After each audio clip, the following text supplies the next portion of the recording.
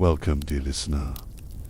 Tonight, we will take a slow and gentle journey into history, into the life of a man whose name carries both invention and honor.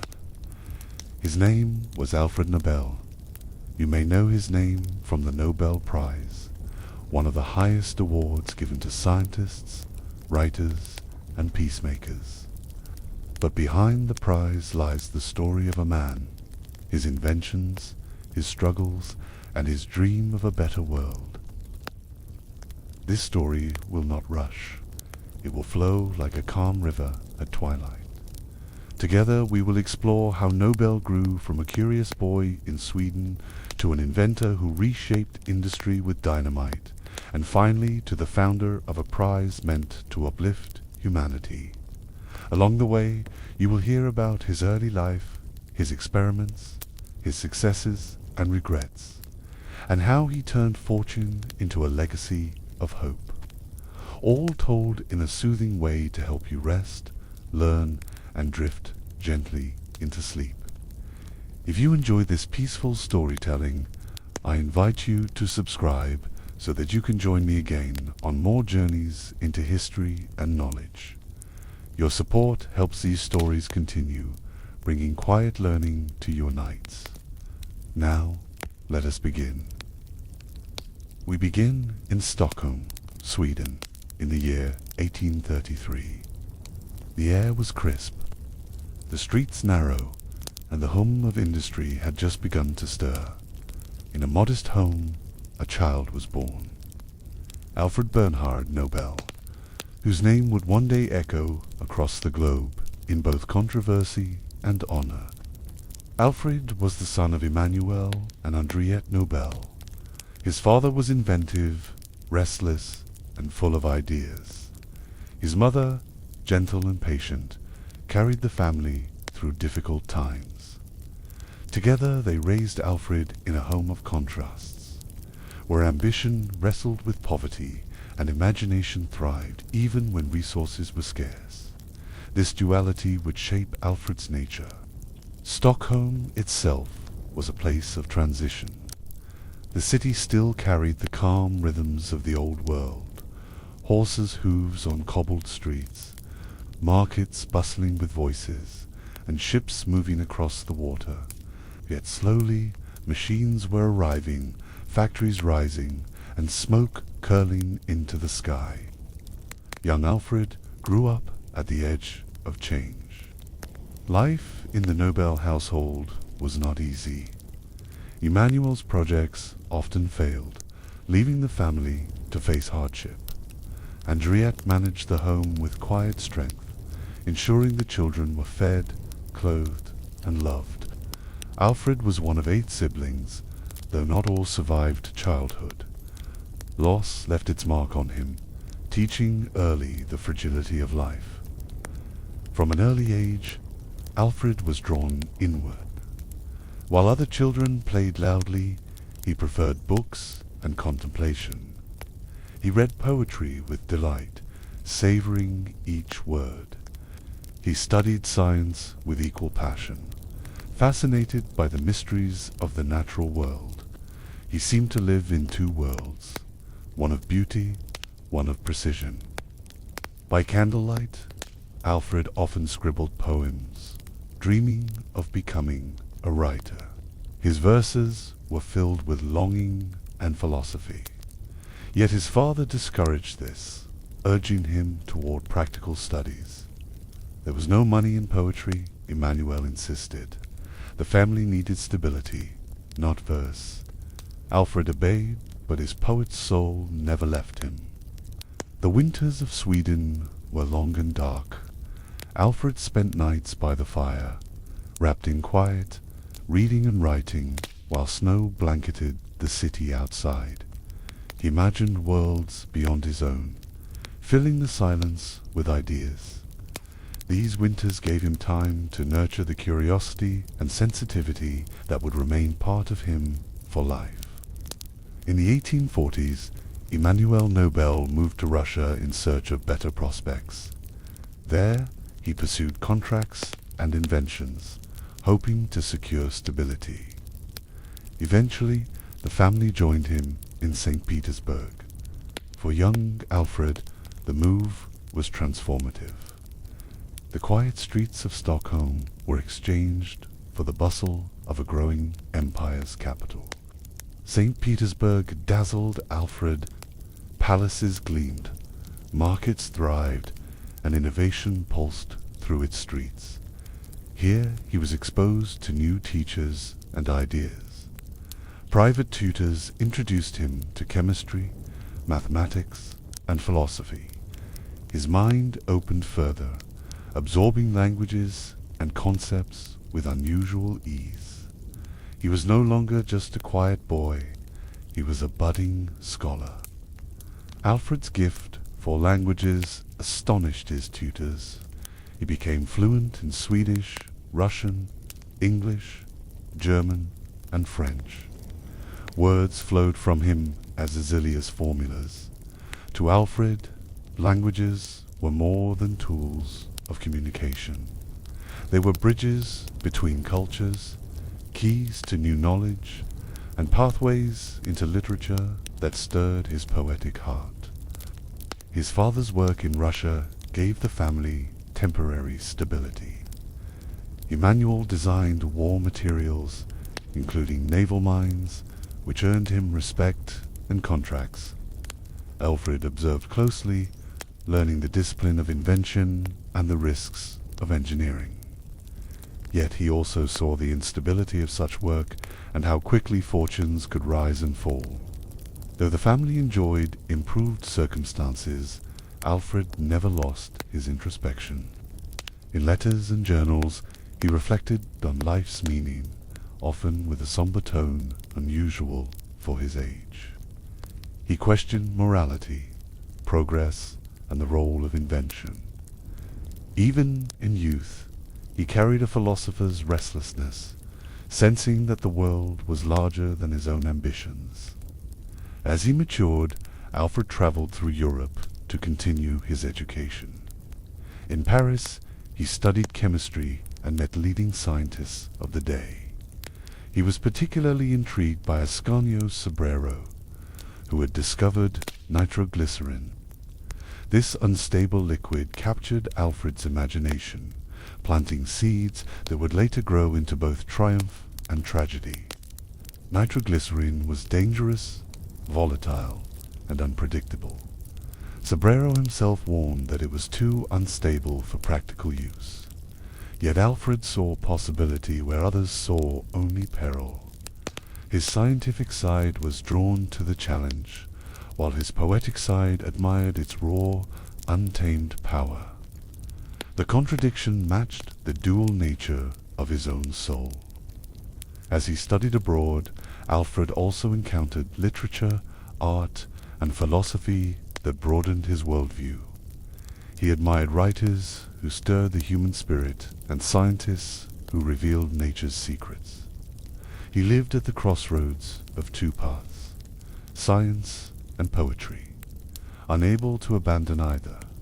This inner tension defined him, giving depth to his later choices. Returning home, Alfred carried with him both knowledge and longing. He had tasted the excitement of discovery and the beauty of art. He dreamed of shaping the world with invention, but also of expressing its mysteries in verse. His family's fortunes, however, tied him more strongly to the path of science and industry. Despite external pressures, Alfred continued to write privately. His poems reflected sorrow, hope, and searching.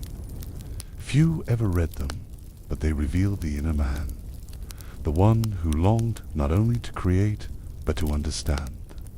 The poet within never faded, even as the inventor's hands grew busier with experiments and machines. As the Nobel family grew more involved in industry, Alfred's role expanded. He joined in business ventures, managed projects, and conducted experiments. He carried with him both caution and daring, always thinking of ways to improve, refine, and innovate. Yet his heart remained divided, yearning for meaning beyond contracts and machines. By his mid-twenties, Alfred Nobel was no longer a quiet boy by the fire.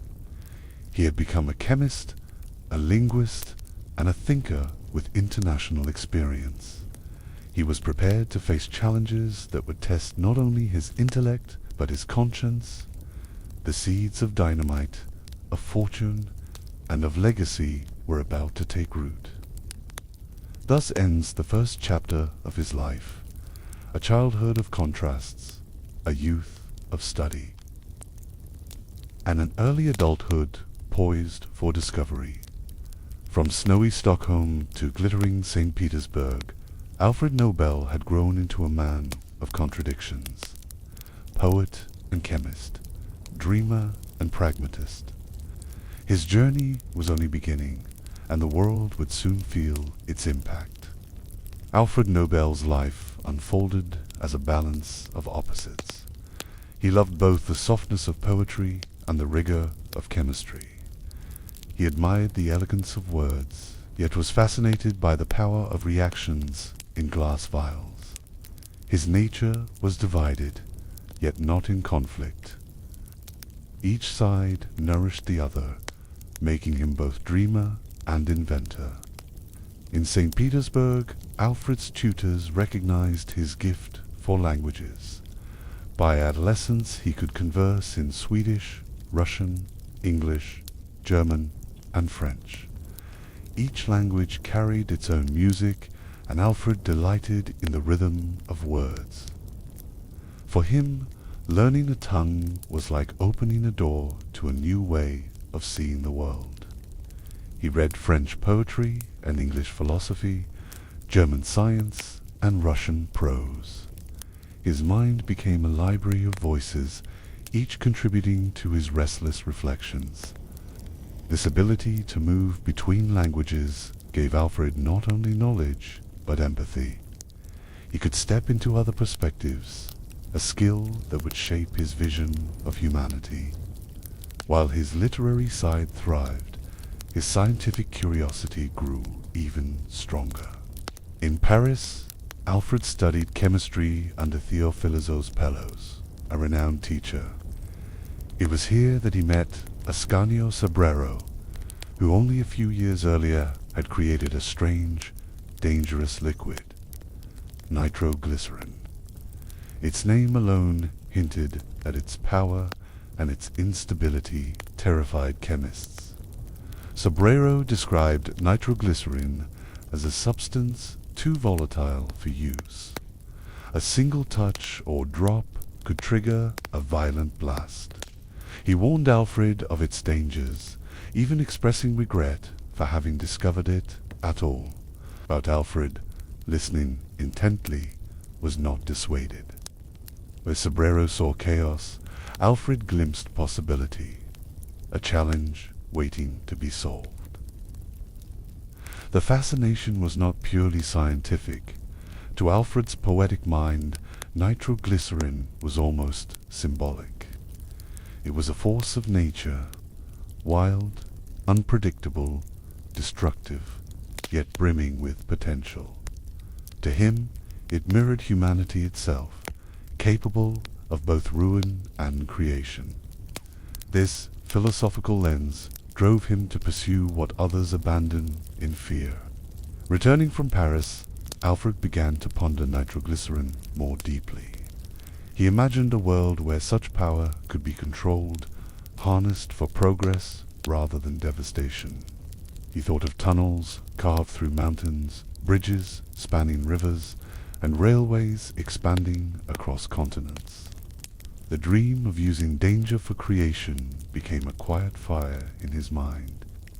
At the same time, Alfred never stopped writing poetry. His verses wrestled with mortality, love, and the fate of mankind.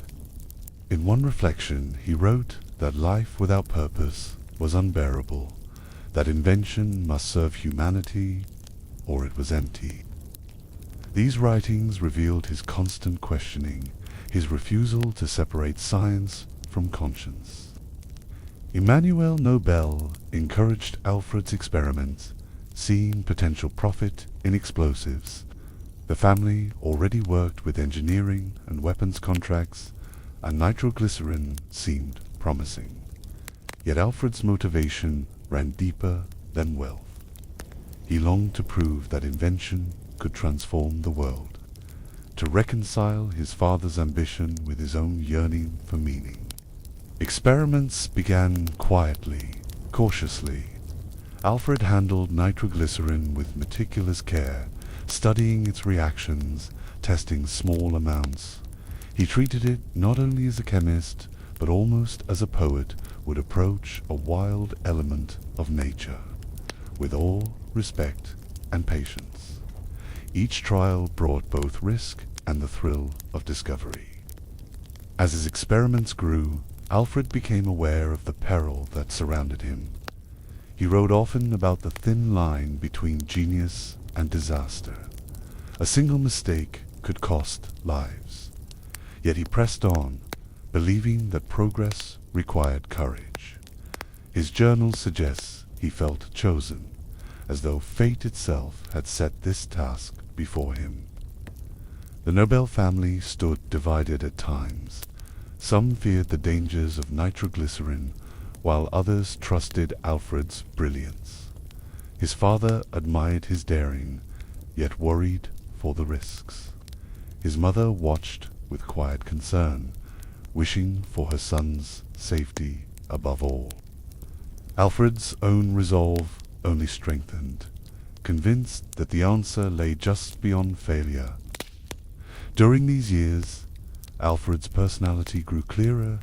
He was reserved in company, often serious, even somber, yet those who knew him well saw flashes of wit and kindness. His solitude was not coldness. It was simply the natural state of a man who carried questions too heavy for ordinary conversation. He lived more in thought than in chatter. His reputation as a chemist began to spread. Scientists recognized his skill, but also whispered about his dangerous pursuits. Friends urged him to abandon nitroglycerin, fearing for his life. Alfred, however, believed that discovery always carried risk. To him, the duty of the inventor was not to fear, but to guide danger into usefulness.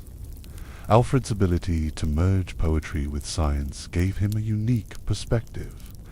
He saw nitroglycerin not only as a substance, but as a metaphor for invention itself. Dangerous when uncontrolled, transformative when directed. This dual vision allowed him to continue where others stopped, to see hope where others saw only peril.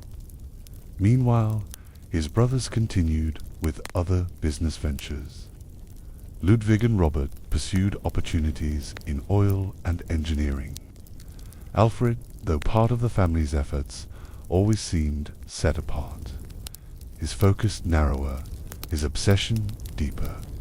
He was not interested in comfort or stability. He pursued an idea with relentless intensity, regardless of cost. Letters from this period reveal Alfred's introspection. He wrote about love, yet doubted he could ever marry, believing his temperament unsuitable. He confessed loneliness, yet also a sense of destiny. His words suggest a man torn between longing for connection and surrendering fully to work. His inventions were companions, both dangerous and loyal. As experiments advanced, Alfred began refining ideas for how nitroglycerin might be stabilized. He studied absorbent materials, containment methods, and safer means of detonation. Each attempt brought him closer to an answer, though failures were many. His patience, however, never wavered. He believed the key existed, waiting for him to uncover it. By his mid-20s, Alfred Nobel had become both respected and feared. He was seen as brilliant but daring, a man who danced too close to danger. Yet within him burned not recklessness but vision. the belief that his work could change the world. He was no longer simply a curious student. He was an inventor on the edge of breakthrough. Thus, Alfred is standing at a crossroads. In one hand, he held poetry and reflection. In the other, volatile experiments with fire. He was still young, yet already burdened with contradictions. Ahead lay triumph and tragedy, discovery and grief. The quiet boy of Sweden had become a man chasing both risk and redemption. Alfred Nobel's fascination with nitroglycerin grew into a quiet obsession. This pale liquid shimmered with danger. Chemists whispered of its volatility, how even a drop could explode without warning. Yet Alfred looked past the chaos. He imagined quarries opened with ease, tunnels carved through stone, and progress achieved at speeds once unthinkable. In his laboratory, glass vials lined the shelves, their contents bubbling faintly. Each experiment demanded steady hands and sharper focus than most could bear. Alfred worked in silence, often alone, with only the faint ticking of a clock and the hiss of burners as companions. He understood that brilliance walked side by side with risk. The work was relentless. Alfred tested how nitroglycerin reacted to temperature, how it behaved when handled, and how it might be stored more securely. His notes filled page after page with careful calculations. Failure came often, but he pressed forward. He believed persistence could tame even the most unpredictable force of nature. In 1864, tragedy struck. A violent explosion ripped through one of the Nobel workshops. Among the dead was Alfred's younger brother, Emil. The blast shattered buildings, lives, and Alfred's spirit. Grief weighed heavily, and questions clawed at his mind. Was his pursuit noble, or was it reckless? Was he chasing progress, or courting disaster? The accident left more than sorrow. It scarred Alfred's reputation. Neighbors feared his laboratories, governments considered restrictions, and the press painted him as dangerous. Yet even in grief, Alfred did not abandon his path. Instead, the loss deepened his resolve. He would honor Emil by finding a way to make nitroglycerin safe. In long nights of reflection, Alfred considered giving up. But the vision returned. Railways through mountains, bridges over rivers, industries growing safer and stronger. He believed his invention could save lives by replacing older, riskier methods. With determination, he returned to his laboratory, this time more careful, more methodical, but still daring. His breakthrough came through simplicity. Alfred discovered that mixing nitroglycerin with an absorbent clay called kieselguhr stabilized it. The mixture could be shaped into sticks, easier and safer to handle. He named it Dynamite, from the Greek word dynamis, meaning power. The name itself suggested both danger and control, destruction and creation. The invention of dynamite marked a turning point. At last, nitroglycerin's raw energy could be directed. Engineers saw endless possibilities.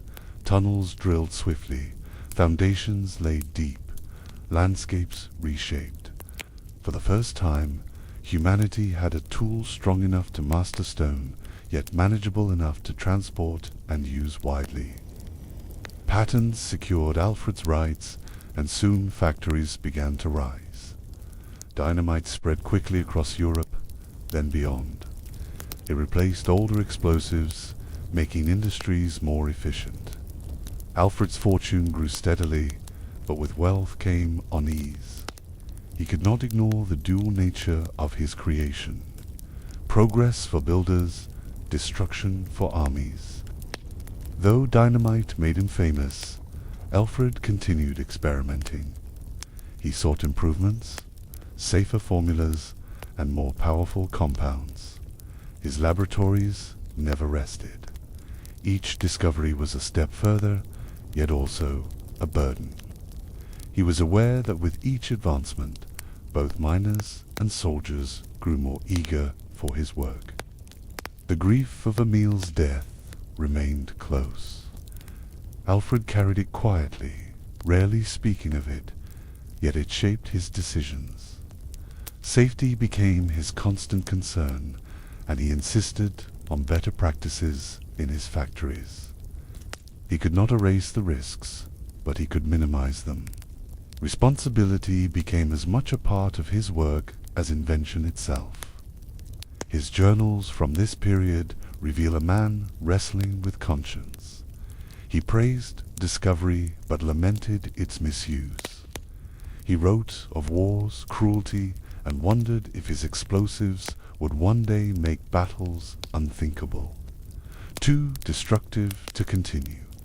Yet he also feared that the opposite might be true, that he had made war easier. Alfred's reputation grew across Europe. To some, he was a hero of industry, the man who gave workers a safer, more efficient tool.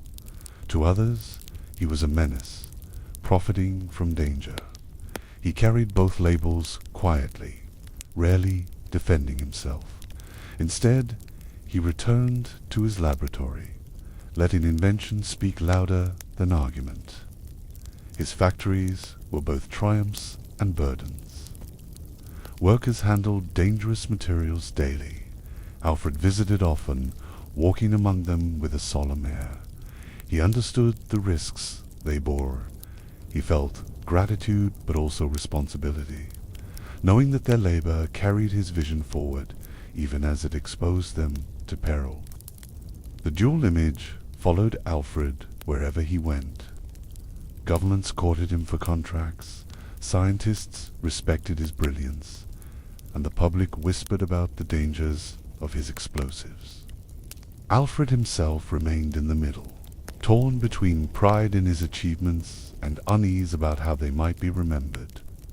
Through it all, Alfred's poet's soul endured. In quiet evenings, he wrote verses filled with melancholy. He asked whether progress without compassion had meaning, whether invention without conscience could be truly great. His poetry revealed the man behind the patents, a man searching, restless, and longing for purpose. His invention brought him wealth, but not joy. Nobel's fortune grew with each contract, yet his personal life remained lonely. He never married, doubting that his restless nature would allow for family life. Instead, he poured himself into work, his relationships limited to letters, books, and fleeting friendships. Despite solitude, Alfred never stopped learning. He expanded his experiments into blastin gelatin, more powerful than dynamite, and later ballastite, a smokeless powder. Each invention pushed the boundaries of chemistry, proving his relentless creativity. Yet with each step forward, his doubts about legacy deepened. By his mid-30s, Alfred Nobel was wealthy, known, and burdened. He had given the world dynamite, a tool of both creation and destruction. His name was tied to progress, yet shadowed by fear. The contradictions of his life grew sharper, and the questions of purpose louder. The next chapters of his story would be shaped by them. The chemist who once dreamed of poetry had reshaped the world with invention, yet his restless heart remained unsatisfied. Dynamite had made him famous, but meaning still eluded him. Ahead lay further discoveries, deeper loneliness, and the first stirrings of a legacy that would outlive him. The invention of dynamite brought Alfred Nobel recognition across Europe. Yet invention alone was not enough. He had to prove it could be produced safely and used responsibly. He established factories, each one an experiment in itself, where workers learned to handle the new explosive with discipline and care. These factories became the backbone of his fortune. Located in Sweden, Germany, and beyond, they supplied engineers eager to reshape the landscape. Bridges were built more quickly, mines expanded more deeply, and tunnels cut through solid stone. Dynamite was no longer a curiosity. It was the heartbeat of industrial progress. Alfred visited his factories often. He walked among the workers, quiet but observant, noting their methods, correcting their handling, and encouraging safer practices. He knew that danger could never be fully erased, but he believed vigilance could reduce risk. Responsibility weighed heavily on him, shaping both his management and his inventions. Though dynamite had stabilized nitroglycerin, accidents still occurred. Explosives could never be tamed completely. Each accident reinforced Alfred's awareness of the fine line between progress and peril. He carried both pride in his invention and sorrow for its risks, a tension that lived within him for the rest of his life. Patents secured Alfred's rights and expanded his wealth. He became a businessman as much as a scientist, negotiating with governments and companies. More than 300 patents eventually bore his name, covering everything from explosives to mechanical devices. Each idea was a spark of his restless creativity, preserved in law and history. Despite his growing fortune, Alfred avoided lavish living. He preferred books to jewels, laboratories to palaces. His money was reinvested in research and new factories. Guests sometimes remarked that his lifestyle was almost austere. Wealth to him was not for display, but for fueling the endless pursuit of discovery. His brothers aided the family empire, managing businesses in different countries.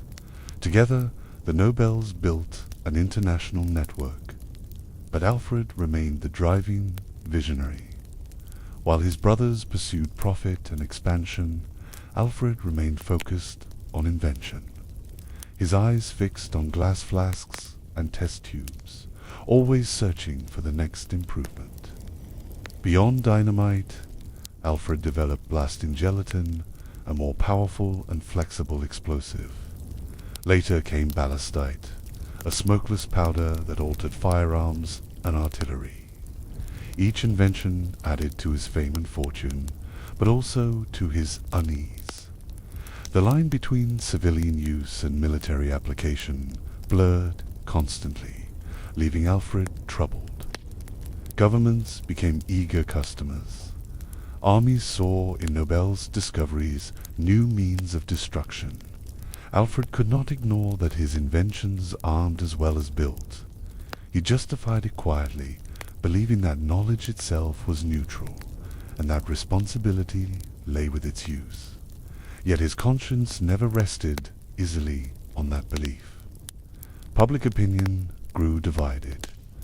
Newspapers called him a genius of progress, but others condemned him as a man profiting from death.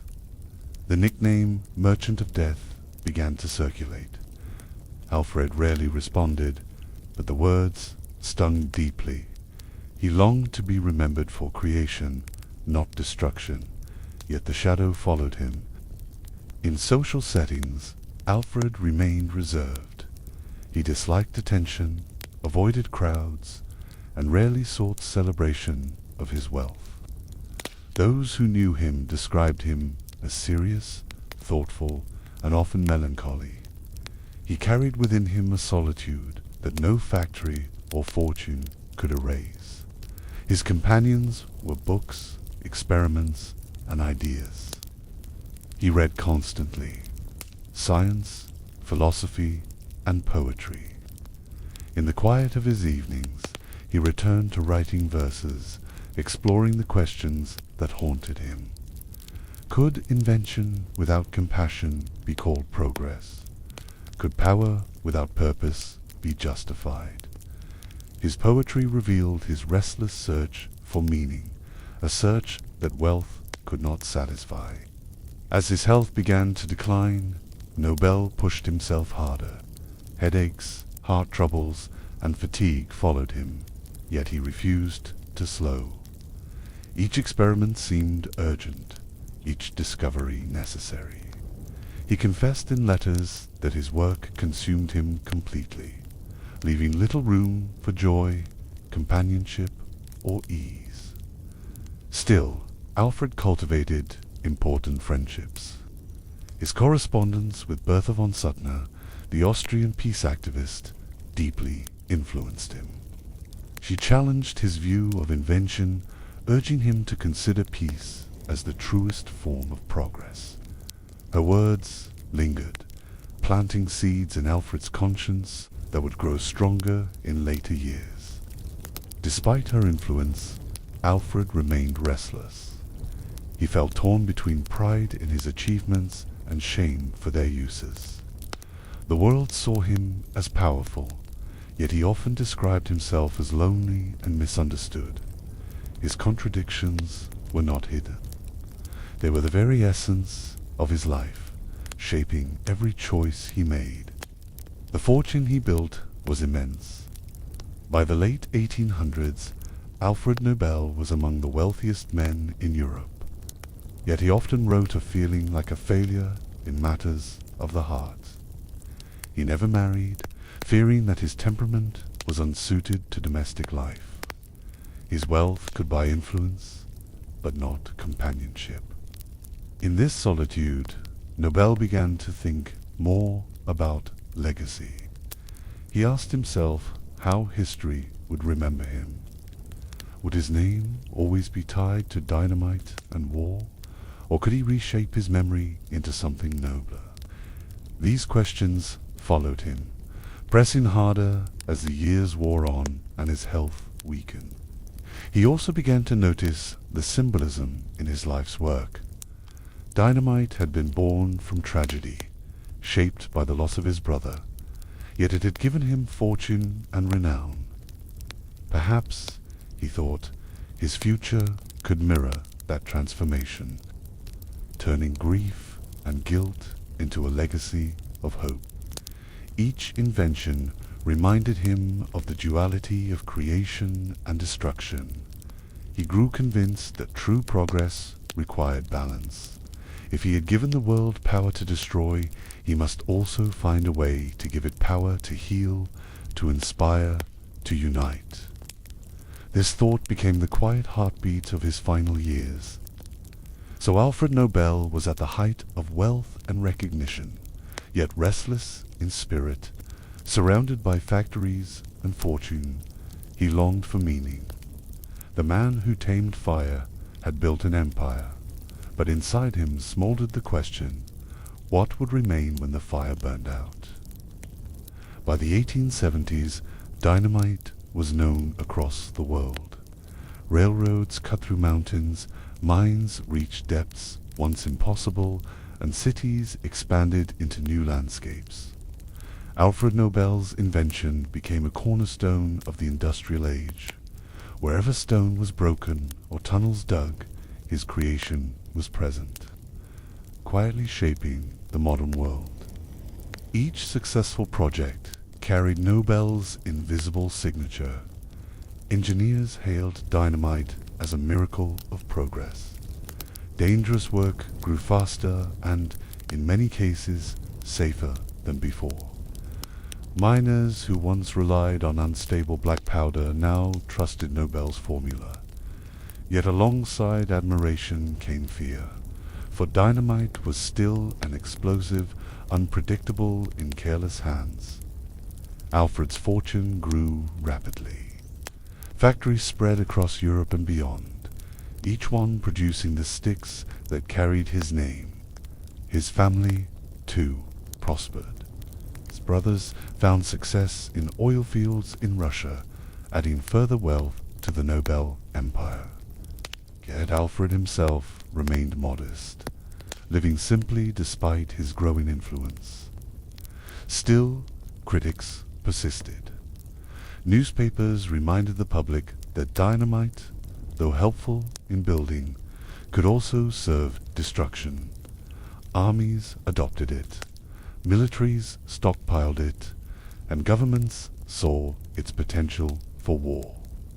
Alfred could not control how his invention was used, and the shadow of violence continued to follow him. In 1888, fate forced Nobel to confront his reputation directly. When his brother Ludwig died in France, a newspaper mistakenly published Alfred's obituary. The headline read, "The Merchant of Death is dead." It accused him of profiting from weapons and making killing easier than ever. Alfred read his own obituary in shock. The words wounded him deeply. To be remembered as a merchant of death was his greatest fear. He realized that, despite his invention's contributions to industry, history might define him solely by destruction. In that moment, Alfred resolved to reshape his legacy. He would not leave the world with only fire attached to his name. The obituary became a turning point. Nobel reflected more urgently on what his fortune could accomplish beyond explosives. He had more money than he could ever spend, and few heirs to pass it to. Instead of family, he began to think of humanity itself as his heir. The seeds of the Nobel Prizes began to grow. During this period, Alfred's friendship with Bertha von Suttner became crucial. A writer and peace activist, she urged him to use his wealth for good. Her words reminded him that invention alone was not enough. It must be paired with conscience. Alfred respected her deeply, and her influence echoed in his future decisions. Meanwhile, his work continued. He refined blasting gelatin, created new formulas, and managed his international factories. His wealth was immense, but his personal life remained quiet. Letters reveal his loneliness, his health declining, and his reflections on mortality. The older he grew, the more he thought about how he would be remembered. Though surrounded by industry, Alfred still returned to poetry. His verses grew more somber, often reflecting on death and purpose. He wrote of the emptiness of wealth without meaning, of the futility of war, and of his longing for peace. These writings show a man who carried sorrow but also a quiet hope for redemption. Publicly, Nobel avoided debates about his reputation. He seldom defended himself in newspapers. Instead, he turned inward, focusing on how to take direct action. If his inventions had armed the world, then perhaps his fortune could inspire it. He began to imagine a gift that would celebrate discovery, literature, and peace. This idea grew slowly, nurtured by regret and hope. Nobel considered awards for scientists who advanced knowledge, for writers who stirred hearts, and for leaders who promoted peace. Such recognition, he believed, could encourage humanity to aim higher. The vision became clearer with each passing year, like a candle burning brighter in his solitude. Nobel knew that legacy was fragile. The mistaken obituary had proven how swiftly public opinion could define a man. He wanted to seize control of his memory, to ensure that his name would be tied not to destruction but to creation.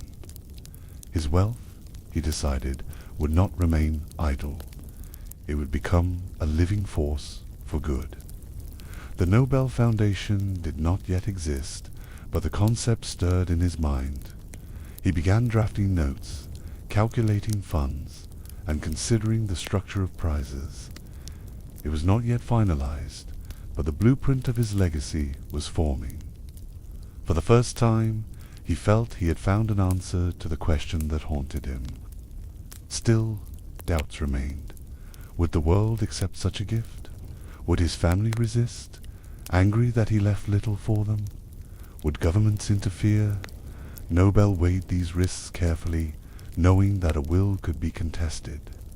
Yet he pressed on, determined that his wealth should serve humanity, even if it meant angering those closest to him.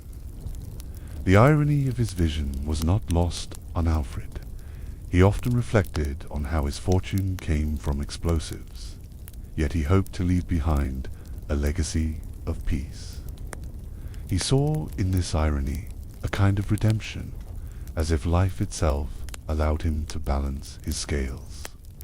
Fire transformed into light, destruction into healing. In the quiet of his later years, Alfred spent hours alone with his thoughts. He planned meticulously, writing and rewriting, refining his ideas. He was a man preparing not just for death, but for immortality. His solitude gave him clarity, and his melancholy gave him resolve. The Nobel Prizes would become his final invention. His health weakened, but his determination grew. Heart troubles and fatigue plagued him, yet he continued to write, experiment, and plan. Each day brought him closer to the end, and each day he felt the urgency of securing his legacy. He knew time was running short, and with it, the chance to reshape history's memory of him. By the 1890s, Nobel was a man of contradictions fully realized. Immensely wealthy, yet lonely, brilliant, yet burdened, celebrated, yet condemned. Out of this tension came his greatest idea. He had given the world dynamite, but he would also give it prizes that celebrated peace, science, and art. One legacy would balance the other. There was Nobel poised between past and future. The merchant of death had resolved to become a benefactor of life. His will was not yet written, but the vision was ready. Soon, his fortune would become a foundation, and his name a beacon. The legacy of Dynamite was giving birth to the Nobel Prizes. Alfred Nobel's empire stretched across nations, from Sweden to Germany, from Britain to France. His factories produced dynamite by the ton. Engineers and governments alike depended on his invention. He had become one of Europe's wealthiest men, his name known in places he never visited, his fortune growing beyond measure. Yet wealth did not bring him ease. Alfred often traveled alone, moving between factories and laboratories. Trains carried him through foggy landscapes. Carriages rattled down crowded streets. Ships crossed seas while he stood on deck, quiet and thoughtful. The world saw him as a magnate, but inside he remained a solitary scholar. His health began to falter under the weight of constant work. Headaches troubled him, and heart pains grew more frequent. Still, he pressed forward, driven by the sense that time was short. He worked through discomfort, filling notebooks with experiments, sketches, and reflections. Rest never came easily to him. Despite his wealth, Alfred lived simply. His rooms were filled with books more than ornaments, with papers more than paintings. Guests sometimes remarked on his modest habits, surprised at the absence of luxury. He preferred quiet study to glittering parties, and solitude to the bustle of society.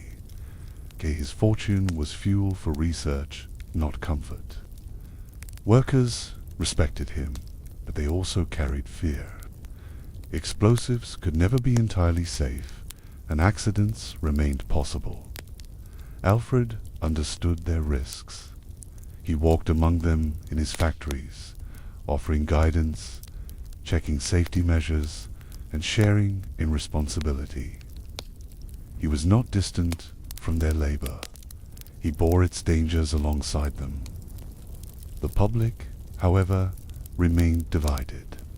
Some praised him as the genius who gave humanity new power to shape the earth.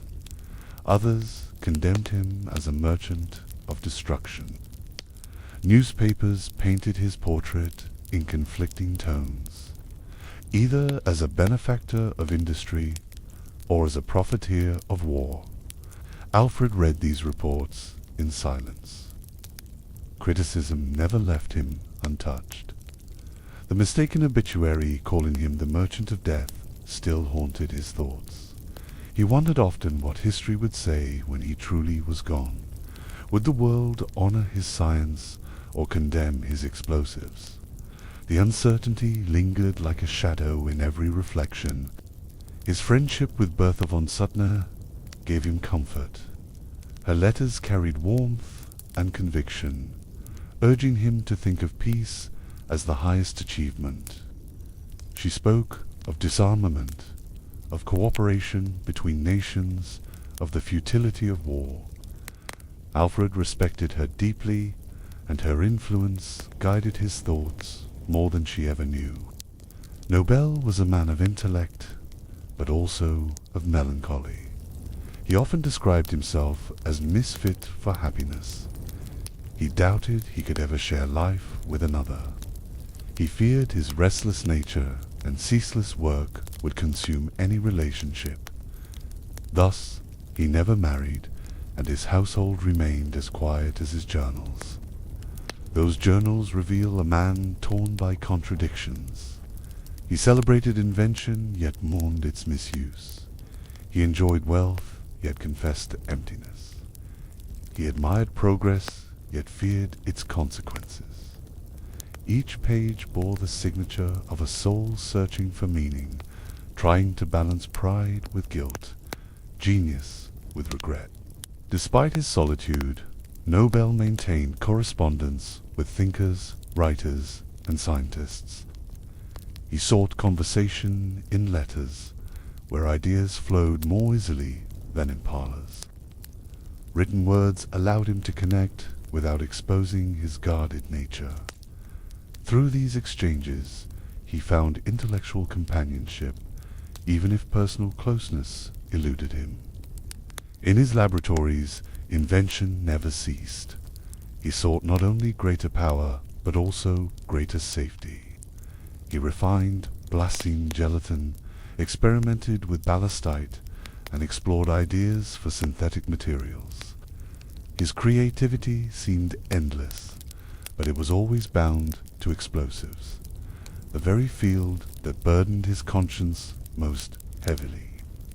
The contradiction grew sharper with each year. Dynamite built bridges and railways, yet also supplied armies. Ballastite promised efficiency, yet made weapons deadlier. Nobel admitted the irony in private, wondering if he had given the world tools of progress or instruments of destruction. The question lingered without answer. His health worsened. Fatigue followed him, and pain made writing and travel difficult. Still, he endured. Each invention, each note scribbled in the margins of his books seemed urgent. Perhaps he sensed that his time was limited and that he must secure his place in history before it slipped from him. Nobel's name had become a paradox. To engineers, it meant progress. To miners, safety. To soldiers, power. To critics, death. Few men carried such divided reputations in their own lifetime. Alfred bore it quietly, his face often solemn, his words reserved. He lived as though always in dialogue with his conscience. Wealth gave him freedom, but not peace. He often confessed that money had brought him only solitude. He described himself as wandering, unanchored, unable to find joy in possessions. What mattered most to him was not what he owned, but what he could leave behind. The thought of legacy became his companion. The Peace Prize was not yet written into his will, but the idea flickered in his heart. His exchanges with Bertha von Suttner and his reflections on mortality convinced him that his fortune must support peace. He knew that invention alone could not save the world. Only compassion paired with knowledge could guide humanity forward. Nobel became increasingly focused on the future. He imagined prizes for science, literature, and peace, awarded not by kings or generals, but by independent committees. Recognition, he believed, could inspire others to continue striving. Encouragement itself could be a form of progress, lifting humanity toward higher ideals. As the years passed, his thoughts grew clearer. The image of his mistaken obituary never left him. He refused to let those words define his memory. He resolved that when his true death came, the world would see not only dynamite, but also generosity. A legacy meant to heal what his invention had once harmed. Nobel's life in this period was marked by both success and sorrow, recognition and regret. He had given the world power, yet longed to give it wisdom. His fortune grew vast, but his solitude grew deeper. Out of that solitude, however, a vision was forming, one that would outlast him and reshape history itself. In the quiet of his later years, Alfred Nobel often found himself alone with his thoughts. Wealth had surrounded him with factories and laboratories, but not with companionship. His rooms were filled with books, not voices. His journals became his most faithful confidants, capturing the restlessness of his mind. He wrote about mortality, considering death not as something to fear, but as something to understand. He wondered what would remain of him when the last page of his life closed. Would the world remember him for bridges and tunnels, or for battlefields and cannons? The uncertainty weighed heavily on him. His poetry reflected these questions. In gentle verses he wrote of fleeting life, of the emptiness of wealth, of the search for meaning beyond invention. Though he never shared most of these writings publicly, they reveal a sensitive soul behind the stern face of the industrialists, a man who yearned for more than success. Books filled his shelves, and through them he found companionship. Philosophers challenged his thoughts, poets soothed his melancholy, and scientists fueled his curiosity. He was not content with knowledge alone. He wanted wisdom, something to guide not just his mind, but his conscience. Still, wisdom seemed always just out of reach. Letters with Bertha von Suttner brought warmth into his solitude. She spoke with conviction about peace, urging him to use his influence for humanity's good. Her words stirred him deeply, reminding him that invention should serve harmony. Though their meetings were few, her voice echoed in his mind with enduring clarity. The idea of prizes began to take firmer shape. Alfred considered awards that could encourage discovery, literature, and peace. He imagined ceremonies where human achievement was celebrated not with weapons or crowns, but with recognition of service to all humankind. In this vision, he found a sense of calm purpose. He recognized that discovery alone was not enough. What mattered was how discoveries were used. Medicine could heal or harm.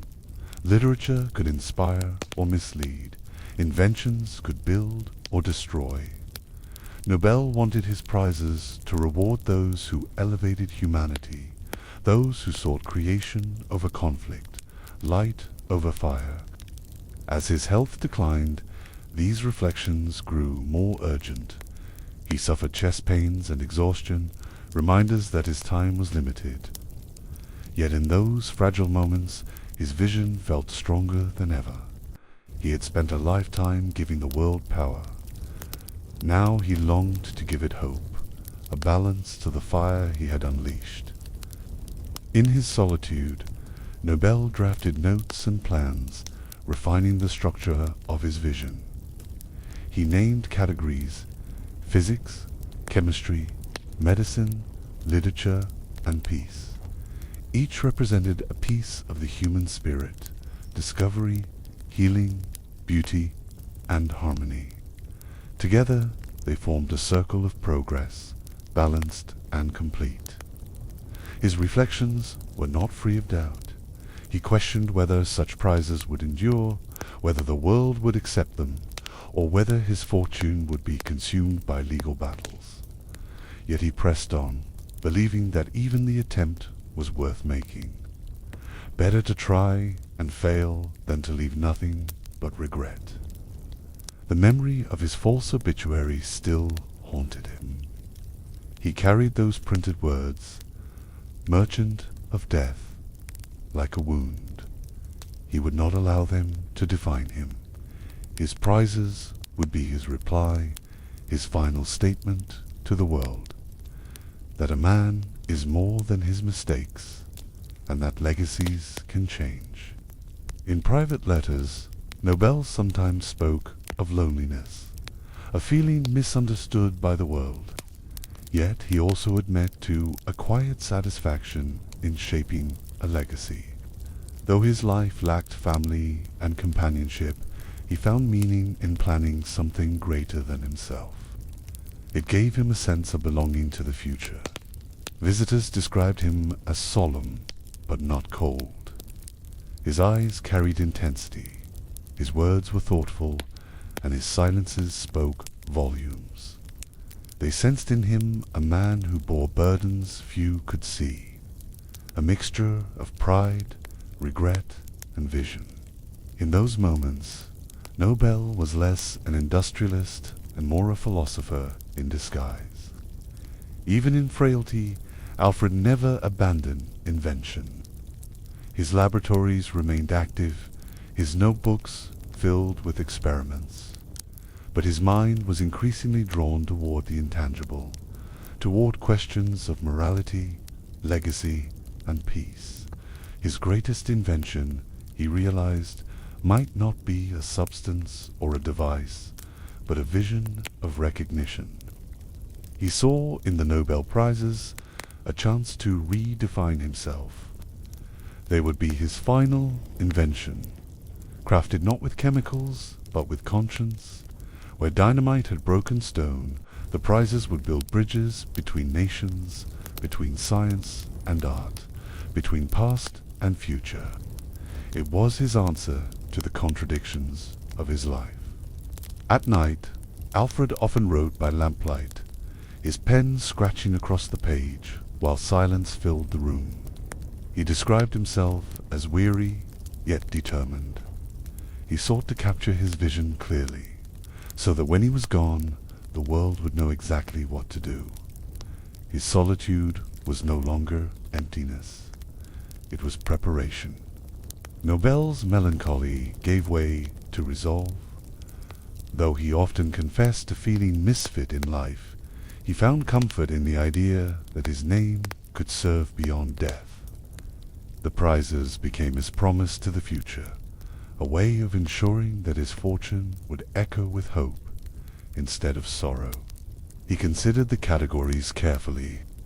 Science would drive discovery, medicine would heal the body, literature would heal the soul, and peace would guide nations away from war. Together, they represented a vision of humanity at its best.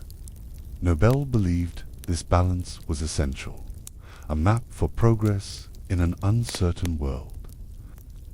His notes reveal a deep awareness of responsibility.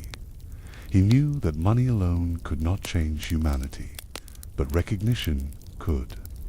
By honoring those who served others, he hoped to inspire generations. In this, he saw the possibility of redemption, not only for himself, but for the future shaped by invention.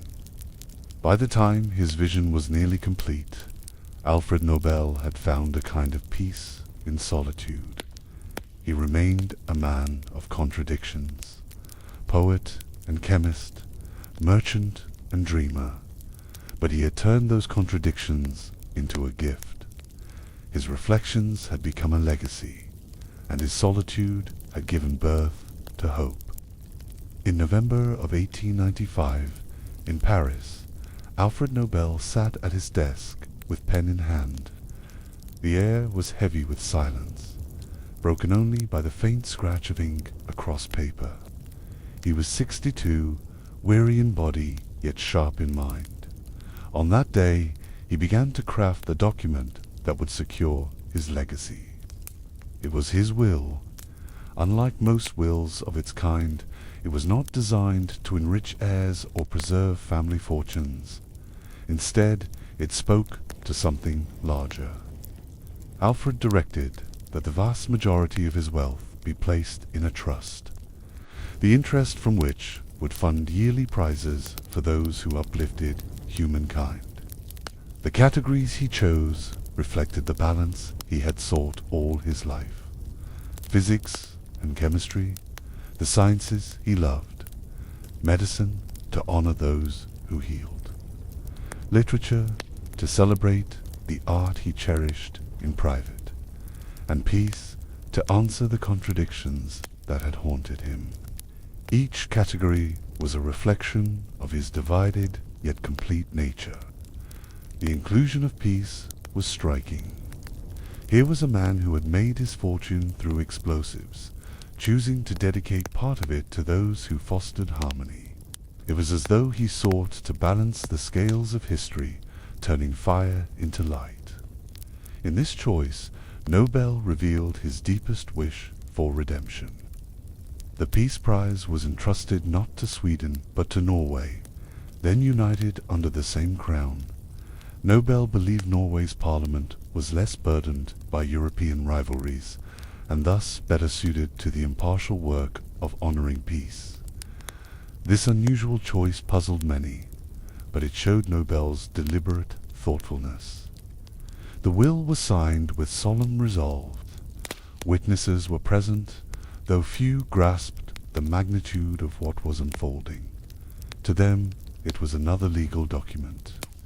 To Nobel, it was the culmination of a lifetime of reflection, a transformation of fortune into a perpetual gift meant to outlive the memory of Dynamite.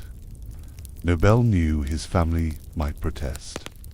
He knew governments might hesitate, lawyers might argue, critics might sneer, yet he pressed forward anyway. The will was unambiguous. His fortune was to serve the world. The man of contradictions left no contradiction in his instructions. It was clear, decisive, and firm. As his health declined, these reflections grew more urgent. He suffered chest pains and exhaustion, reminders that his time was limited. Yet in those fragile moments, his vision felt stronger than ever. He had spent a lifetime giving the world power. Now he longed to give it hope, a balance to the fire he had unleashed. The irony was sharp, and Nobel himself acknowledged it. The wealth that funded the prizes came from dynamite and war contracts, yet it would be used to encourage peace and progress. He turned the very source of his burden into the foundation of his gift. It was a circle completed, fire transformed into light. After signing, Nobel returned to his quiet routines. Outwardly, little changed. He continued to read, to write, to correspond, to endure his ailments. Yet inside, he carried a sense of resolution. For the first time, he felt his legacy was secure, his story rewritten, his future bound to hope instead of regret. Those close to him noticed a new determination. Though still melancholy at times, he seemed lighter, as if the act of planning his legacy had given him peace. He spoke less about death with dread, and more about what might follow. The prizes had become not just an idea, but a promise he had already begun to fulfill. The will was not long, but its vision was vast. It stretched beyond nations, beyond his lifetime, into centuries yet to come.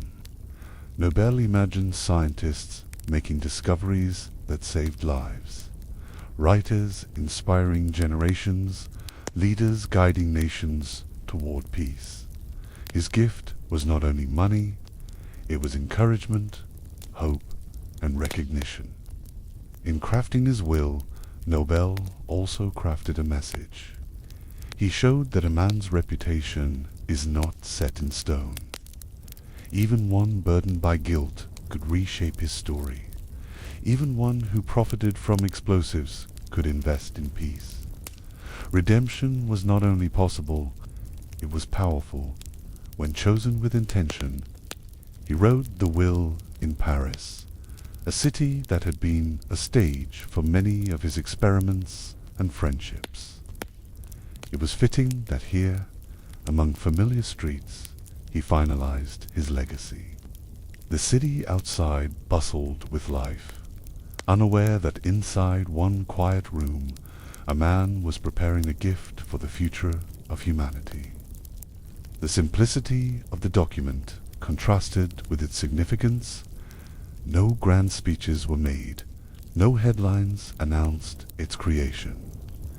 It existed quietly, folded and stored, waiting for the day it would be revealed. In this way, it mirrored Alfred himself, modest in appearance, immense in impact. For Nobel, the act of writing the will was more than legal formality. It was a declaration of purpose, a final invention of the spirit. He had given the world explosives, but he would leave it a vision of peace, literature, and discovery. The balance of his life, at last, began to tilt toward light. The weight of years and illness pressed harder. Each day reminded him of mortality. Yet, instead of despair, Nobel carried resolve. He had written what needed to be written. His story might not be perfect, but it was no longer unfinished. His will would carry forward what his body could no longer achieve. As he sealed the document, Alfred Nobel had no guarantee that his wishes would be honored.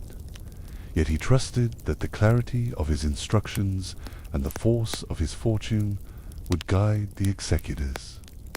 In that trust lay his final act of faith, that the future could be steered by conscience, not only by power. The will was more than instructions for money. It was a mirror of his contradictions, transformed into harmony. Science, literature, peace. These were the pieces of Alfred Nobel's divided soul. He gave them to the world, not as fragments, but as a complete vision of what humanity could become. As the ink dried on his will, Nobel's greatest invention was complete. Not dynamite, not blasting gelatin, not ballastite, but a vision of recognition that would echo through generations. He had at last given shape to his reflections, turning solitude into hope, fortune into service, and regret into a gift for humankind. On December 10th, 1896, Alfred Nobel passed away in San Remo, Italy. He was 63 years old. The man who had lived most of his life in solitude died quietly, far from his homeland. His death made headlines across Europe, not only for the fortune he left behind, but for the unusual will he had written. When the contents of the will became public, they startled family, governments, and newspapers alike. Nearly all of Nobel's immense fortune equivalent to hundreds of millions today, was to be used for prizes. His relatives, expecting inheritance, were shocked. Many protested. Politicians questioned the legality. Critics dismissed the plan as impossible. The executors of Nobel's estate faced daunting challenges. Relatives argued for their share. Some governments hesitated, unwilling to support such an unprecedented transfer of wealth. Even friends doubted whether the vision could be realized. Yet the will was clear, and the executors pressed forward, determined to honor Nobel's wishes. For years after his death, the matter was debated in courts and parlors. Lawyers wrangled over details. Bureaucrats delayed approvals. The family remained resistant. But slowly, through persistence and careful negotiation, progress was made. Nobel's words, written in Paris the year before his death, carried a power no obstacle could erase. By 1897, the Nobel Foundation was formally established to manage the funds. Its purpose was to safeguard Nobel's wealth and direct it toward the prizes he had envisioned. With this institution in place, his dream began to take form. The improbable idea was becoming a structure with rules, offices, and committees. Committees were formed to oversee each prize. The Royal Swedish Academy of Sciences took responsibility for physics and chemistry. The Karolinska Institute was chosen for medicine. The Swedish Academy was entrusted with literature, and the Norwegian Parliament accepted the duty of awarding the Peace Prize as Nobel had requested. The years of delay ended in 1901, when the first Nobel Prizes were finally awarded. Across Europe, anticipation was high. Who would be chosen? What discoveries, what writings, what efforts for peace would bear Nobel's name? The world, skeptical at first, leaned closer to listen. The first Nobel Prize in physics went to Wilhelm Conrad Röntgen for his discovery of X-rays. With his work, doctors could see inside the human body without surgery. It was a revelation, and its impact was immediate. Patients were diagnosed more safely, treatments improved, and medicine itself entered a new era. Chemistry's first prize was awarded to Jacobus Henricus van 't Hoff, whose research in chemical dynamics and osmotic pressure opened new doors in physical chemistry. His insights shaped industries and laboratories alike, proving that Nobel's Prize would honor discoveries not only useful, but foundational to science itself. In medicine, the prize went to Emil von Behring for his work on serum therapy against diphtheria. His treatment saved countless children, giving families hope where once there had been despair. It was a fitting choice for the first medical laureate, a reminder that science could heal and protect. The first Nobel Prize in Literature was given to French poet Sully Prudhomme. His verses, noble and thoughtful, reflected the literary spirit Nobel himself had cherished in private. Though later critics debated the choice, the selection honored Alfred's quiet love for poetry, bringing his hidden passion into the light. The Peace Prize was awarded jointly to Henry Dunant, founder of the Red Cross, and Frédéric Passy, a French peace activist.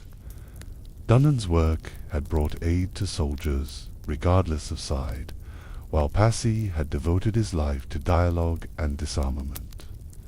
Together, they embodied the compassion Nobel had hoped to encourage. The ceremonies themselves were modest compared to the grandeur they would later achieve. In Stockholm, laureates were honored with dignity, medals, and applause. In Oslo, The Peace Prize was bestowed with solemn respect. Even in their simplicity, the events carried great weight. They were the fulfillment of one man's final vision. Reactions were mixed. Admirers celebrated the prizes as a bold innovation. Skeptics called them impracticable or overly idealistic. Yet the world watched closely, and each announcement stirred conversation. For the laureates, the recognition was profound, their names forever tied to Nobel's. For the public, the prizes became symbols of excellence. The first awards set the tone for the future. They honored not only discoveries of immediate use, but also contributions of deep, lasting impact. They elevated literature as equal to science, and peace as equal to progress. The prizes were not simply rewards. They were statements of values. In those early years, Nobel's decision seemed both daring and wise. His wealth could easily have dissolved into family disputes or government coffers. Instead, it was preserved for the encouragement of human achievement. What began as a contested will was becoming one of the world's most enduring traditions. The Nobel Prizes soon gained prestige. To win one was to be recognized not just by one's peers, but by history itself. The medals and diplomas became symbols of humanity's highest aspirations. And each year, on the anniversary of Nobel's death, laureates were honored, keeping alive the memory of his choice. Though Alfred Nobel had not lived to see the prizes awarded, his presence was felt in every ceremony. His name was spoken with reverence, his vision acknowledged with gratitude. The Merchant of Death, as once called, was now remembered as a benefactor of life. His redemption had taken root. The first laureates carried his vision into the world. Their discoveries healed, their words inspired, their actions comforted.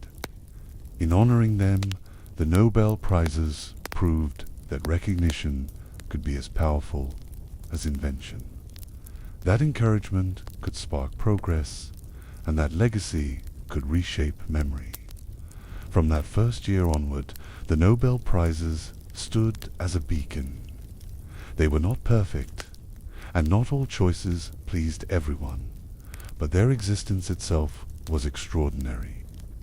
Out of Dynamite's fire had come a light that would not fade. Alfred Nobel's final invention had begun its long life, carried by others into the future. Among all the Nobel Prizes, the Peace Prize stood apart. It was the most surprising category chosen by a man whose wealth came from explosives. Yet this paradox was deliberate. Alfred Nobel wanted to ensure that his name, so often tied to destruction, would also be tied to harmony and reconciliation. The Peace Prize was awarded not in Stockholm, but in Oslo, Norway. Though politically united with Sweden at the time, had a reputation for strong peace movements. Nobel believed its parliament would be better suited to this delicate task, less entangled in the rivalries that stirred conflict across Europe. In 1901, the first laureates set the tone. Henry Dunant, who had founded the Red Cross, embodied humanitarian care in war. Frederick Passy, a French activist, had devoted his life to peace through dialogue. Their joint award was symbolic, compassion and advocacy walking hand in hand, two halves of Nobel's vision for peace. The world reacted with curiosity. Could a prize truly encourage nations to choose dialogue over conflict? Could recognition alone inspire change? Some doubted it, yet the Peace Prize gained attention quickly. It became a platform, a voice heard across borders, reminding humanity that progress required not only invention, but mercy. Early laureates often faced criticism. Peace was rarely popular among those who profited from war, yet each award carried moral weight. To receive the Peace Prize was to stand as a symbol of conscience. It was both an honor and a burden, demanding that the laureate continue working even in the face of resistance. The prestige of the Peace Prize grew steadily. Newspapers debated each announcement. Governments took notice, and activists found encouragement. Even those who disagreed with the selections recognized the prize's influence. It made people talk about peace in an era when cannons and armies often dominated the conversation.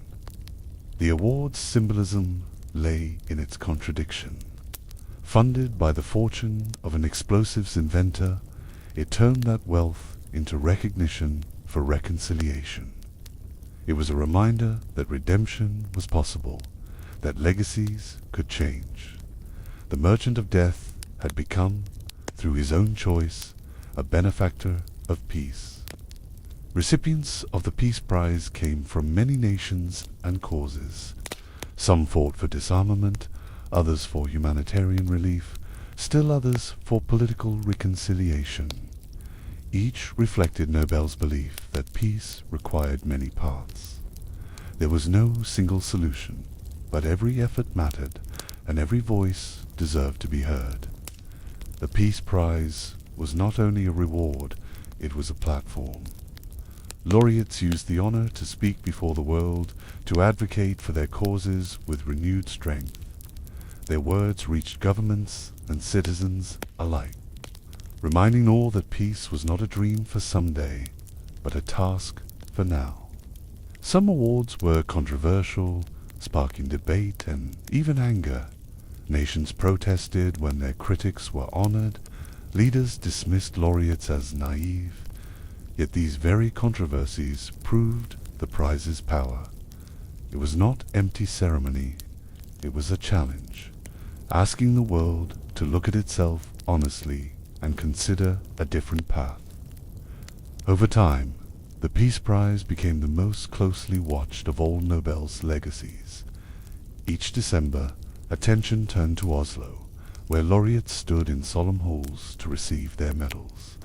The ceremonies carried dignity, but also urgency, as each speech reminded the world of both progress and the distance still to travel. Nobel himself had once speculated that weapons so terrible they threatened mutual destruction might one day deter war. Yet his Peace Prize offered a gentler vision. Instead of fear holding nations back, he hoped recognition and encouragement could lead them forward. The award became his voice of hope, speaking beyond his lifetime. Some laureates were individuals, others organizations. The International Red Cross was honored several times for its tireless aid in conflict. Leaders who pursued peace treaties found themselves recognized. Writers and activists whose voices challenged violence were given the global stage. The diversity reflected Nobel's understanding that peace had many dimensions. The Peace Prize carried risk for recipients. To be recognized was to be placed under scrutiny. Laureates often faced backlash, criticism, even danger. Yet many embraced it, strengthened by the honor. Nobel's gift gave them courage to continue, reminding them that the world was watching and that their work mattered. Even in its earliest decades, the Peace Prize shaped conversations about war and reconciliation. It reminded leaders that their actions were judged not only by armies and treaties, but also by moral conscience. It created a counterweight to the drums of war, a soft but steady voice for dialogue. In its symbolism, the Peace Prize was perhaps the truest reflection of Alfred Nobel himself. It carried his contradictions, born of explosives, yet dedicated to peace. It spoke of redemption, of balance, of transformation. It was his most personal gift, the one most directly shaped by his conscience. Each December 10th, on the anniversary of Nobel's death, the Peace Prize is awarded. In that moment, his life's journey from solitude and invention to reflection and generosity comes full circle. The applause that fills the hall in Oslo is not only for the laureates, but also for the man who made it possible. The Peace Prize has never stopped provoking debate, and perhaps that is its greatest strength. It demands conversation about peace, even when peace seems distant. It challenges nations to reflect, individuals to hope, and movements to persevere. In this way, it fulfills Nobel's desire to give not just money, but meaning. Through the Peace Prize, Alfred Nobel's name is spoken in the same breath as compassion, reconciliation, and hope. Whatever shadows Dynamite cast in his lifetime, they are balanced by this enduring light. Each laureate carries a fragment of his vision, passing it onward to inspire others in their turn. Peace was Alfred Nobel's final gift to the world. By dedicating part of his fortune to this cause, he ensured that his life would be remembered not only for fire and invention, but for conscience and compassion. The Peace Prize became the echo of his reflection, a steady voice reminding humanity that progress and harmony must walk together. As the 20th century unfolded, the Nobel Prizes grew in stature. What began as a fragile idea contested in courts became a global tradition. Each year, laureates stood before audiences in Stockholm and Oslo, carrying Alfred Nobel's vision into new generations. The prizes became a language of excellence understood worldwide.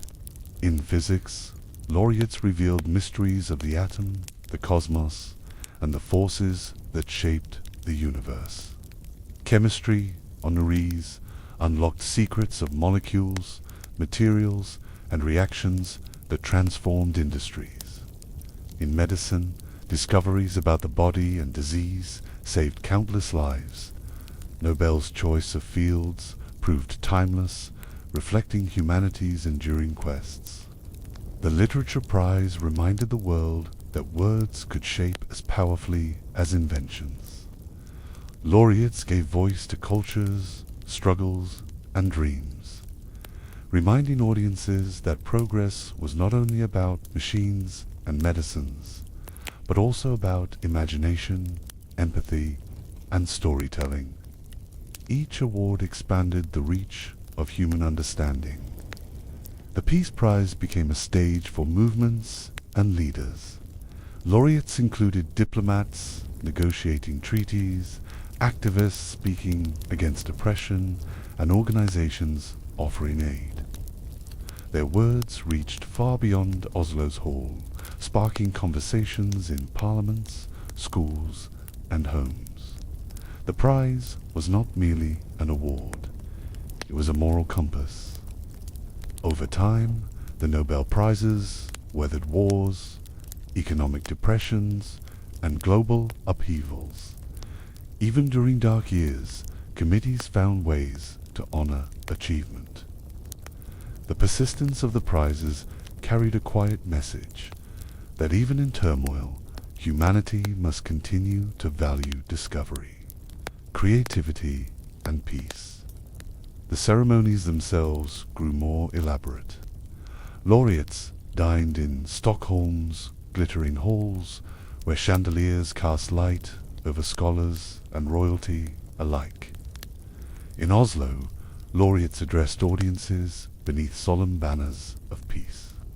Yet the heart of each ceremony remained simple: recognition of human progress, born from Nobel's wish to honor service to humankind. In 1968, the prizes expanded. Sweden's central bank created the Nobel Memorial Prize in Economic Sciences, honoring Alfred Nobel by extending his vision to the study of economies. Though not part of his original will, it reflected the growing awareness that understanding wealth, poverty, and growth was essential to human welfare. The inclusion of economics was debated, yet it fit the spirit of Nobel's idea. Just as chemistry and physics shaped industry, economics shaped societies. By honoring those who studied markets, behavior, and resources, the Nobel legacy widened its embrace, ensuring that progress in every dimension of life could be celebrated. With each passing decade, the prizes became global milestones. Schools taught about laureates, newspapers announced winners with headlines, and communities gathered to celebrate local connections to Nobel honors. The prizes became symbols of aspiration, showing that knowledge and compassion could bring not only recognition, but also hope. Some laureates were world famous before their awards. Einstein, Hemingway, Martin Luther King Jr., their names already etched in history. Others were little known outside their fields, thrust into global recognition by the prize. Both reminded the world that greatness could be found in both celebrated figures and quiet workers. Criticism followed the prizes as well. Some questioned selections, believing others more deserving. Others accused the committees of political bias. Yet even criticism revealed the significance of the awards. People cared because the Nobel name carried weight. To question the prize was to acknowledge its power. The Nobel Foundation safeguarded the vision through careful management of funds and traditions. Its work ensured the prizes endured across generations. Nobel's fortune, once the subject of dispute, became a steady river of support for progress. Each award ceremony was not just recognition, but also proof of careful stewardship. The Literature Prize in particular brought attention to diverse voices. Writers from different languages and backgrounds were honored, expanding the world's awareness of cultures beyond its borders. Through novels, poems, and essays, the laureates gave humanity windows into each other's experiences, strengthening empathy across nations. In medicine, laureates uncovered treatments for polio, malaria, and cancer, saving millions. Their discoveries stretched the boundaries of life expectancy and well-being. Nobel's decision to include medicine proved prophetic. For health would remain one of humanity's most urgent and universal needs. In physics and chemistry, laureates revealed the unseen. Electrons orbiting atoms, galaxies swirling in space, molecules shaping the building blocks of life. Each discovery brought awe and humility. Nobel, who once balanced poetry with chemistry, would have appreciated how these sciences revealed both precision and wonder. The Peace Prize at times provoked the greatest debate. Its laureates challenged governments, resisted oppression, and spoke truths that leaders preferred to ignore. Some saw controversy as failure, but others recognized it as strength. A prize for peace was bound to stir conflict. It proved that the vision mattered. As the 20th century gave way to the 21st, the Nobel Prizes remained vibrant. Their prestige grew, their reach expanded, their symbolism endured. They became woven into humanity's rhythm, annual reminders that despite division, there was always reason to celebrate discovery, creativity, and compassion. Even beyond the awards themselves, the Nobel name became a shorthand for excellence. To call something Nobel-worthy meant it carried global significance. The medals and diplomas represented not just recognition, but belonging to a lineage of those who had advanced the world in meaningful ways. What began as a single man's reflection had become an international tradition. Nobel's modest handwriting in Paris in 1895 now echoed across continents. His vision, once doubted and contested, had proven stronger than time, stronger than skepticism, stronger than the shadows of dynamite. The expanding legacy of the Nobel Prizes showed that Alfred Nobel's decision had reshaped history.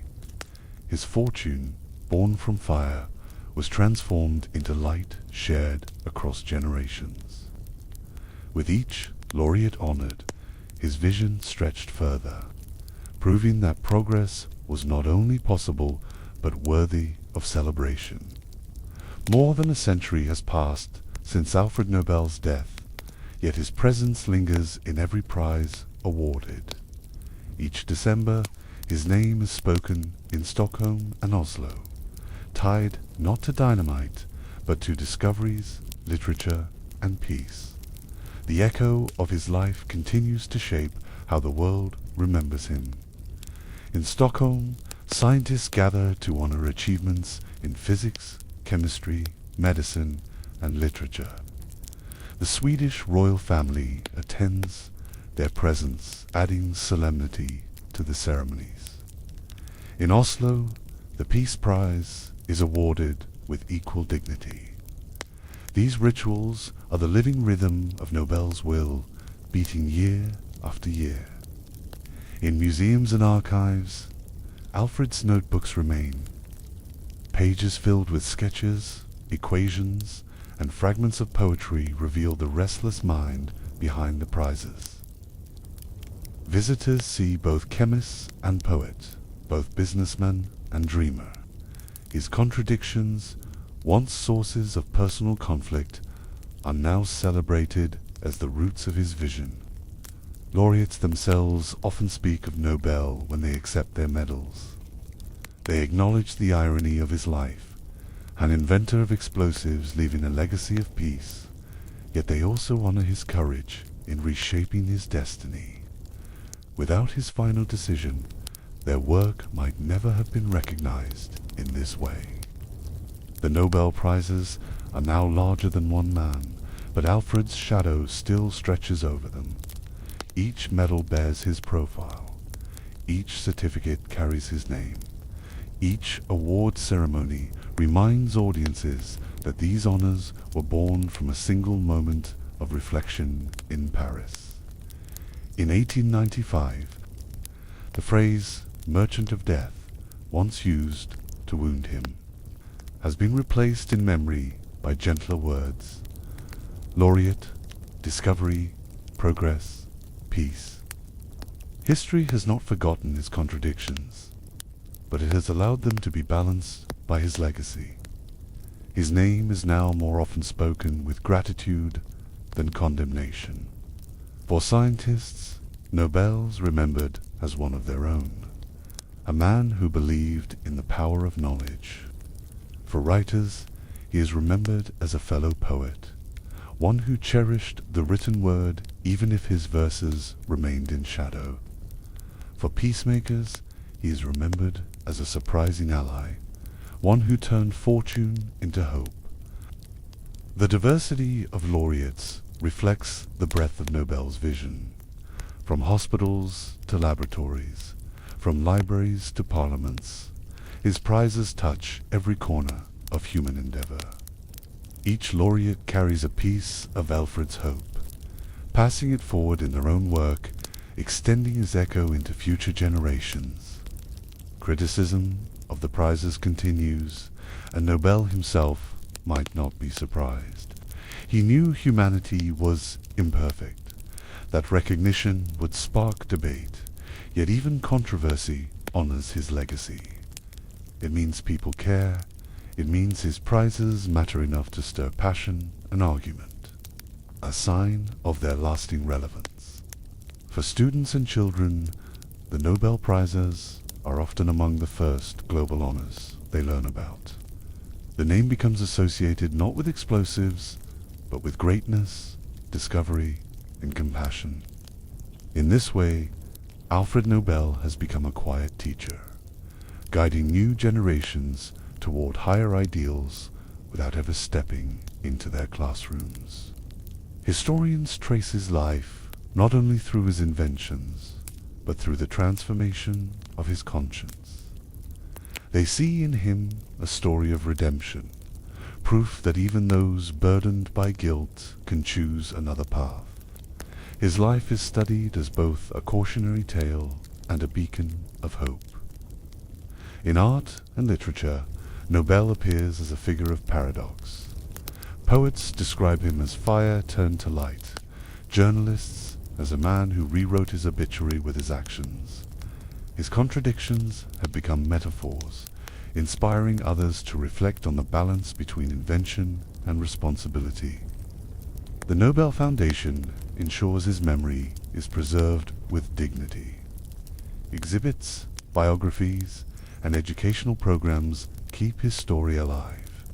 Audiences are reminded that the prizes are not only about laureates, but also about the man who made them possible, the solitary inventor who left a gift for all humankind. Alfred Nobel's life also serves as a reminder of the value of reflection. He did not ignore his conscience. He listened to it, wrestled with it, and allowed it to change him. His legacy shows that history is not fixed, that even late in life, choices can alter how the world remembers us. For laureates, the echo of Nobel's life often brings humility. They know that their medal is not only recognition of their work, but also a continuation of his vision. They carry the weight of his name, ensuring that each discovery, each book, each act of peace honors the man who dreamed the prizes into being. Alfred Nobel is remembered not as a saint, but as a man who struggled, erred, and sought redemption. That, perhaps, makes his story even more powerful. His legacy is not perfection, but transformation. A message that humanity itself can change, can grow, can turn destruction into creation. The echo of his life grows louder with each passing year. New laureates step forward, fresh discoveries are made, and bold voices are honored. Each one extends his vision into the future, proving that Alfred Nobel's final invention remains alive, vibrant, and needed. Even in popular culture, the Nobel name carries reverence. Films, books, and news stories mention it as a symbol of the highest achievement. Nobel himself could not have imagined how his name would become synonymous with progress, or how his fortune would ripple into centuries he would never see. For the world, Alfred Nobel is no longer primarily the inventor of dynamite. He is the creator of a legacy that honors peace, science, and art. His contradictions have not vanished, but they have been transformed. His echo is one of balance, reminding us that fire and light can coexist. Today, when the prizes are announced each December, the applause is not only for the laureates, it is also for Alfred Nobel himself, the man who turned solitude into generosity, invention into responsibility, and regret into hope. His life still speaks, softly but firmly, through every medal awarded in his name. As the story of Alfred Nobel comes to its close, let us slow our pace. His life, filled with invention, wealth, regret, and generosity, becomes more than biography. It becomes meditation. It reminds us that even the most restless lives can find peace in reflection, and that legacies can be reshaped with intention. Imagine the boy in Stockholm, reading by candlelight, dreaming of poetry while snow fell outside. He could not know that his name would circle the world, yet in those quiet moments the seeds of his future were already planted. Curiosity, sensitivity, and the desire to leave a mark upon the world. Picture the young scholar in Paris, listening to chemists speak of dangerous nitroglycerin. Where others saw risk, Alfred saw possibility. His mind balanced awe and fear, invention and poetry. The contradictions that defined him were already visible, leading him toward both triumph and sorrow. Recall the explosion that took his brother Émile's life. Tragedy left a scar, yet from grief came determination. Alfred's path was never simple, never without loss. His life teaches us that progress often emerges through hardship, and that invention carries not only rewards but responsibilities. Now see him years later, a wealthy man walking alone through his factories, notebooks in hand, eyes weary yet searching. Though his fortune grew vast, his heart remained restless. Solitude weighed upon him, yet within that solitude lay the soil from which his greatest idea would grow. In his journals he wrote of mortality, of legacy, of regret. He asked questions many of us ponder: what will remain when I am gone? Will I be remembered for creation or for destruction? In those reflections we find a mirror of our own longings for purpose and remembrance. When the mistaken obituary called him the Merchant of Death, Alfred felt the sharpness of history's judgment. Yet instead of despair, he chose to respond with action. His will became his reply, a quiet defiance against the shadows that threatened his name. It was proof that even wounded reputations can be healed. The prizes he imagined were not merely awards, they were encouragement. They said to the world, knowledge matters, art matters, peace matters. They reminded humanity that progress is not only about building bridges of stone, but also bridges of understanding, compassion, and hope. Each December, when laureates step forward to receive their medals, Alfred Nobel's presence lingers. His life echoes through their discoveries, their words, their acts of courage. His fortune continues to flow into the future, transformed from fire into light, from regret into generosity. The lesson of his life is not perfection, but transformation. Alfred was not free of flaws, nor spared from mistakes, yet he chose to reshape his legacy, to turn his contradictions into gifts. His story assures us that change is always possible, no matter how heavy the past may feel. For listeners tonight, his journey becomes more than history. It becomes a lullaby of reflection, reminding us that our choices matter, that what we leave behind is shaped not only by our actions, but by the care we take in guiding them.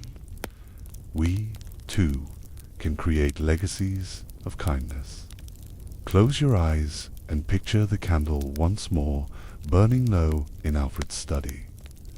The ink is dry on his will, the room is quiet, the city outside unaware of what has just been decided. In that silence, a future tradition was born, one that continues to shine more than a century later. The echo of Alfred Nobel is not loud, but gentle. It speaks in the applause for scientists, in the gratitude for healers, in the inspiration of writers, in the courage of peacemakers. His voice is present each time humanity pauses to honor its better self. The medals engraved with his profile are tokens of this echo.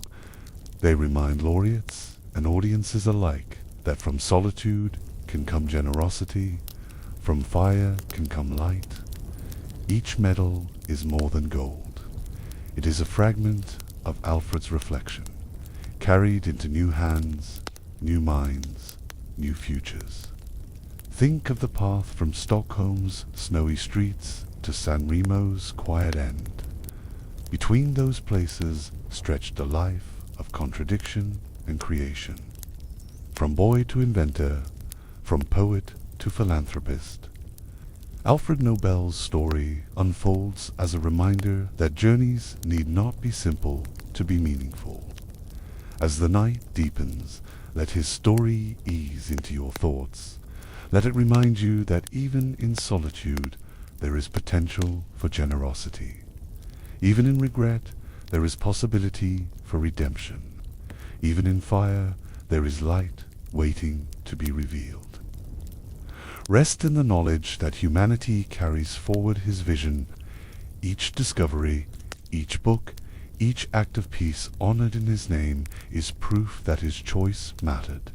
His echo will not fade so long as we continue to value knowledge, compassion, and harmony.